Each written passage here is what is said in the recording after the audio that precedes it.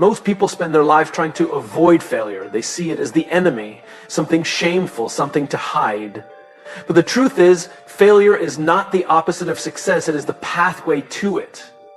Think about it. When was the last time you grew when everything was going right? When did you really evolve when life was comfortable, easy, predictable? You didn't. You grew after the heartbreak. You leveled up after the disappointment.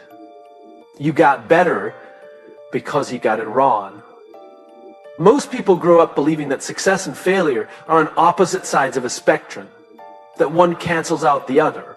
We're taught to chase success and avoid failure at all costs, as if one brings praise and the other brings shame. But here's the truth that no one teaches us early enough. Failure is not the opposite of success. It's the path to it. Success isn't a straight line. It's messy, uncertain, and full of wrong turns. Behind every breakthrough, there's a long string of breakdowns. Behind every victory, there's a trail of setbacks most people never see. The moments of triumph get all the spotlight, but it's the failures and the shadows that built the foundation. Think about anyone you admire, not just for what they've achieved, but for who they are.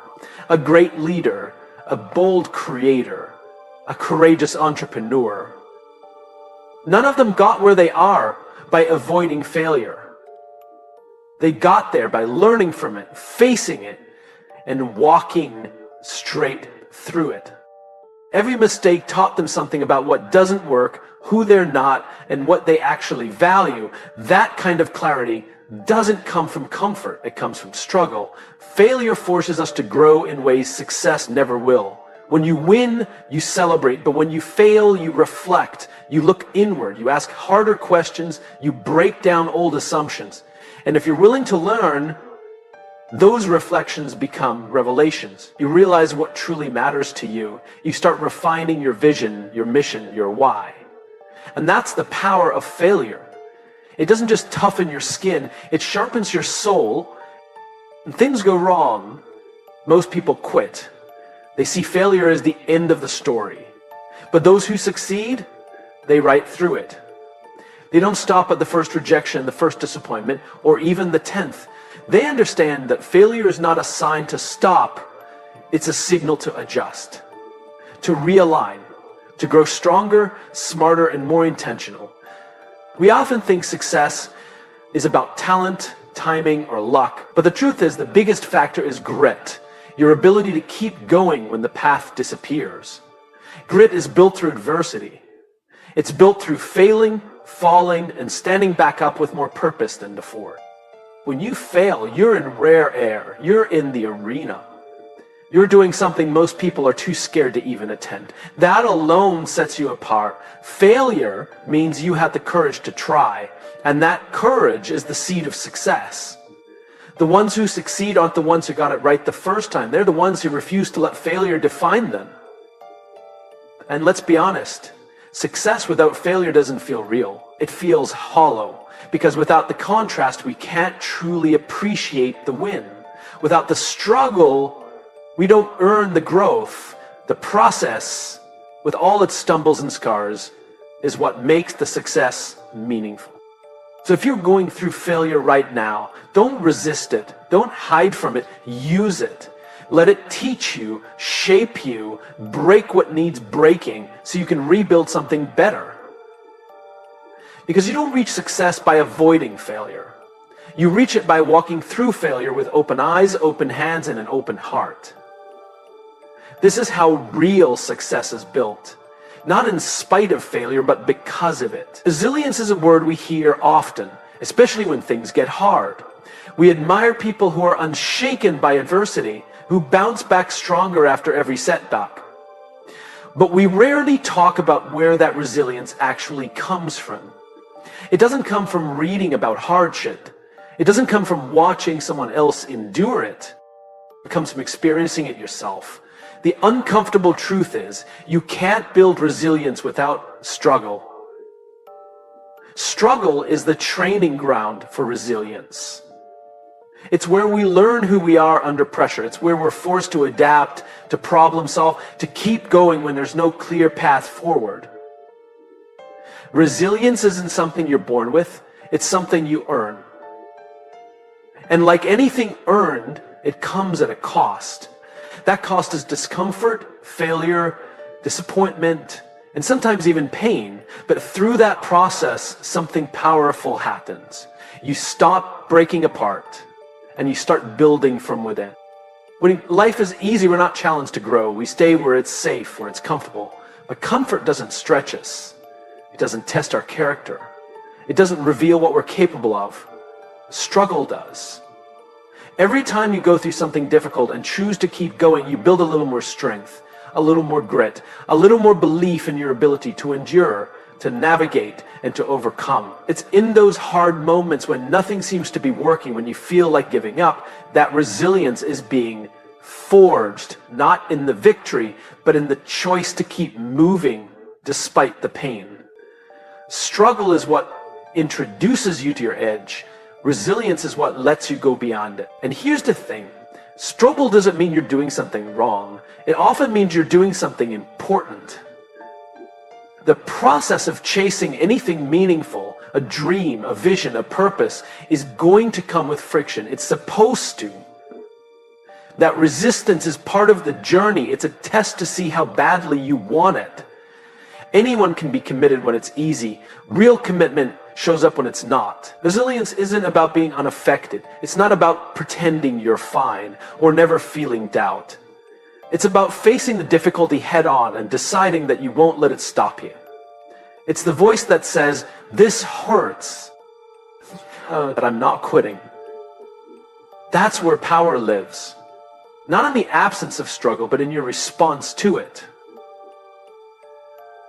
Every challenge, every failure, every moment where you've wanted to give up but didn't, that's where resilience grows. And over time, that resilience becomes your foundation. It becomes the inner strength you rely on when the next storm comes. Because it will. Life doesn't promise smooth roads. But when you've been through the rough ones, you stop fearing them. You start trusting yourself to navigate whatever lies ahead. If you're in a season of struggle right now, don't see it as a setback. See it as strength training. You're not breaking down, you're building up. You're learning how to endure, how to adapt, how to rise. These lessons, as hard as they are shaping a version of you that's stronger than you've ever been. So embrace the struggle, lean into it, let it refine you, not define you. Because when you've faced enough hard days and kept going, you stop wondering if you'll make it. You know you will. And that unshakable belief in yourself, that's resilience. And it only comes from walking through the fire, not around it. Clarity is something we all seek. We want to know our purpose. We want to know the right path, the right decision, the right way forward. We wait for a perfect moment of understanding, thinking that if we just plan enough, think long enough, or wait patiently, clarity will arrive. But that's not how it works. Clarity doesn't come from sitting still. It doesn't come from perfection. It comes through trial, through the messy, unpredictable process of doing.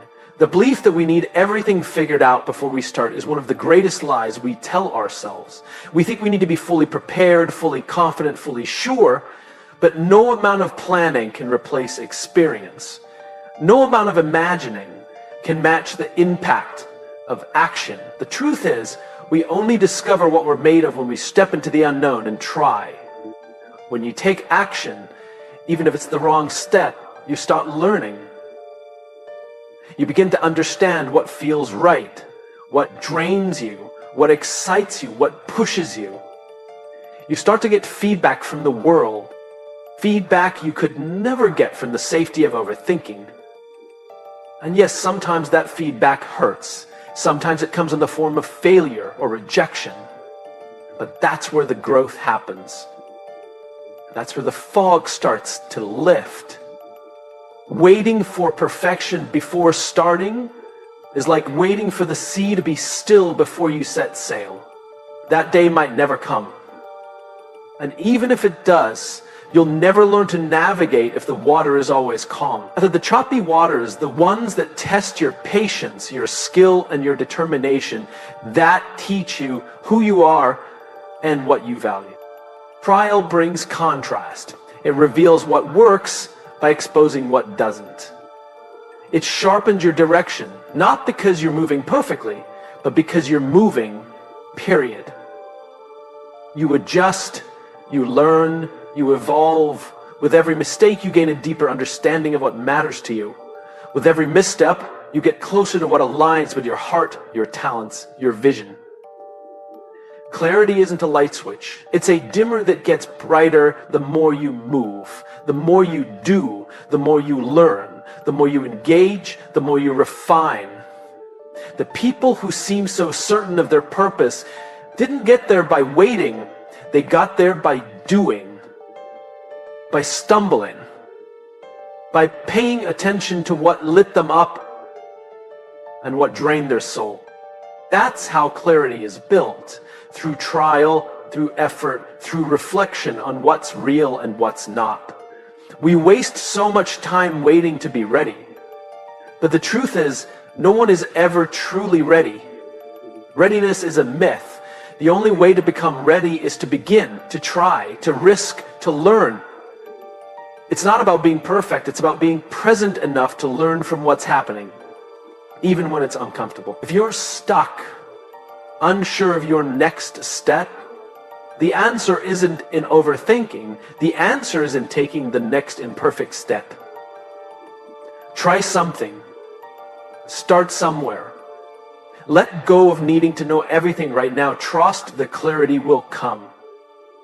Not all at once, but piece by piece, as you engage with the process. So take the pressure off yourself to have it all figured out. You don't need perfection to find direction. You need courage. You need movement. You need trial. Because clarity isn't found in the plan, it's found in the pursuit. We live in a world where it's easy to play it safe, to avoid risk, to hide behind excuses, delay decisions, or stay silent when something needs to be said. It's tempting to stay in the comfort zone, where failure feels distant and rejection can't touch us. But the truth is, the world doesn't reward avoidance. It rewards courage. Avoidance feels safe, but it's a trap. It keeps us stuck in the same place, reliving the same doubts, the same regrets. We think that by avoiding discomfort, we're protecting ourselves.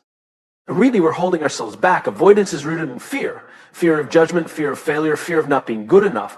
And every time we give in to it, we reinforce the belief that we're not capable, that we're not worthy, that we're not ready. But courage tells a different story. Courage doesn't wait for perfect conditions. It doesn't need full confidence. Courage shows up when the outcome is uncertain and says, I'm doing it anyway. It's stepping into the arena knowing you might lose and still showing up. That's what the world notices. That's the world rewards. Every breakthrough you admire came from someone who chose courage over comfort. Someone who stood up, spoke out, risked failing, and did it anyway. Whether it was launching a business, standing up for what they believed in, or creating something that had never existed before, it all started with someone choosing courage in a moment that mattered. Avoidance might keep you safe, but it will never make you proud. Because deep down, we don't regret what we failed at. We regret what we never tried. The conversations we avoided, the chances we didn't take, the dreams we silenced because we were scared of what people might think. Courage isn't about being fearless, it's about feeling fear and moving anyway. When you act with courage, you signal something powerful to yourself and the world. That you believe your vision is worth the risk. That your voice matters. That your dreams deserve a chance. And the world responds to that energy. Opportunities open, people take notice, not because you're perfect, but because you're brave. Think about the people who inspire you the most. They're not the ones who hid from discomfort. They're the ones who leaned into it. They dared to be seen. They dared to fail. They dared to try even when the odds were against them. And even if they fell, they rose again. Because courage isn't about a single moment. It's a mindset, a way of living, a decision you make again and again to choose growth over fear. Avoidance shrinks our lives. It keeps us small, hesitant, reactive. Courage expands us. It stretches our capacity, our perspective, our possibilities. With every courageous act, no matter how small, you build momentum. You strengthen your voice. You prove to yourself that you can handle more than you thought. So if there's something you've been avoiding, a conversation, a risk, a dream you've been putting off, maybe it's time. Maybe this is your moment to stop playing small. To step into the discomfort and remind yourself that growth lives on the other side of fear. The world doesn't need more perfection. It needs more people willing to be real, to be bold, to be courageous. Because in the end, it's not the ones who avoided pain who changed the world. It's the ones who faced it and chose to rise anyway. Failure has a way of revealing what comfort hides. When things are going well, when progress feels smooth, it's easy to be committed. It's easy to say you care, to act motivated, to show up and do the work. But the moment failure enters the picture, everything changes. Because failure doesn't just test your skills, it tests your why. And in that test, many people quit. That's why failing filters out the uncommitted. We live in a world that celebrates the highlight reel, the achievements, the wins, the final product. What we don't see is what it took to get there.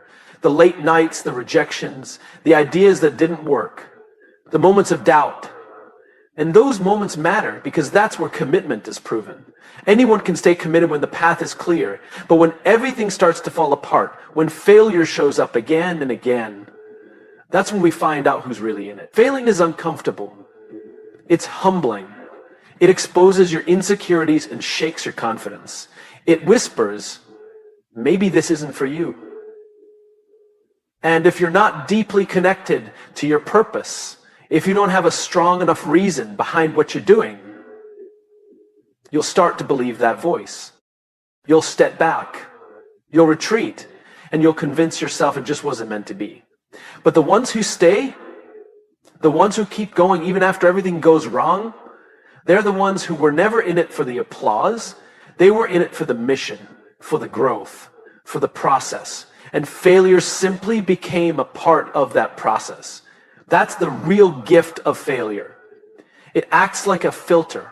It strips away the half-hearted, the surface-level interest, the ego-driven goals. It leaves behind the people who are here because they have to be. Because walking away would hurt more than failing because the work matters more than the outcome. And this matters not just in business or creativity, but in every area of life. Relationships, leadership, personal growth. In anything meaningful, failure will come.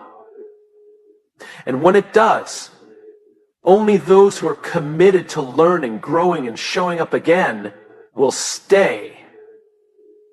That's why failure isn't something to fear, it's something to value. It gives you clarity.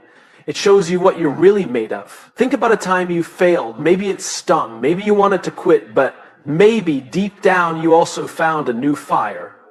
Maybe the failure forced you to reconnect with why you started. Maybe it pushed you to go deeper, to get better, to work smarter. That's what happens when you're truly committed.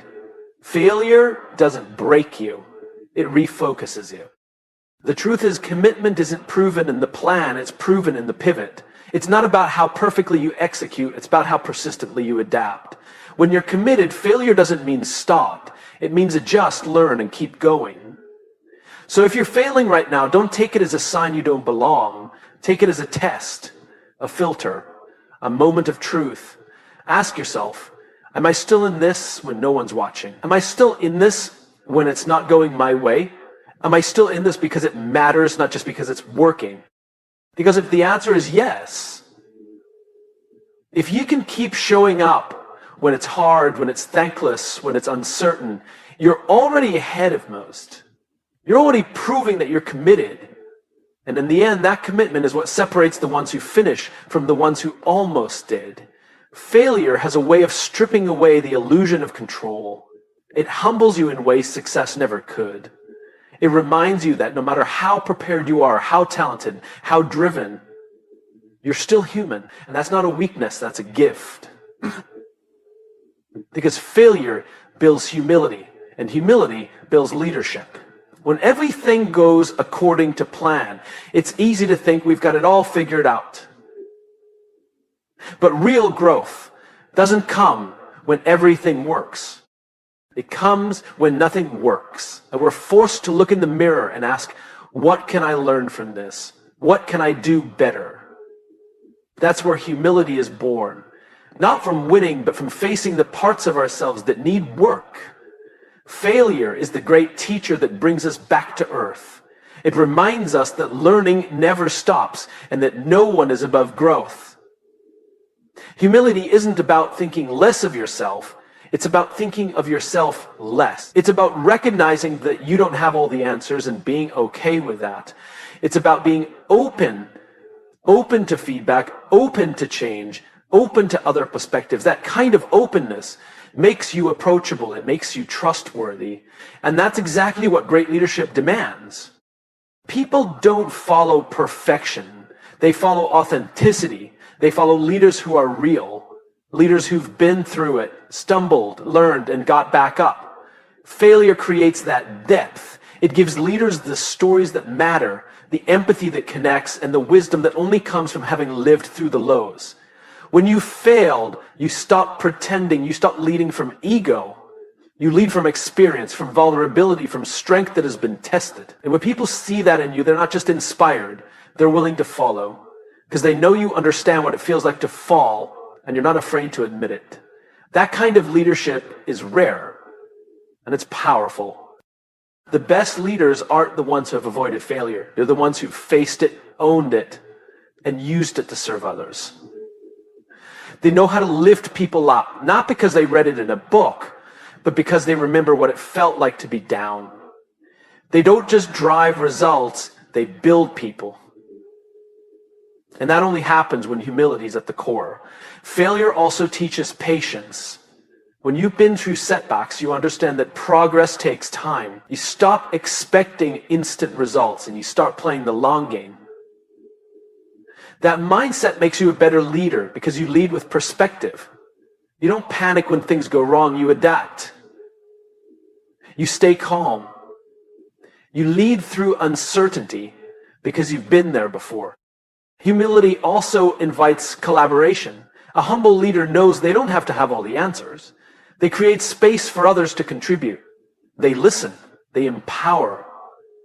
They build a culture where people feel seen and valued, not just for their output, but for their ideas, their voice, their growth. That kind of environment doesn't happen by accident. It happens when leadership is rooted in humility. So if you fail, don't hide it. Don't run from it. Let it shape you. Let it remind you of what matters. Let it build the kind of character that people can trust. Because in a world full of noise and ego, what we really need are leaders who've been humbled, who've grown through the fire, and who lead not from the top, but from within.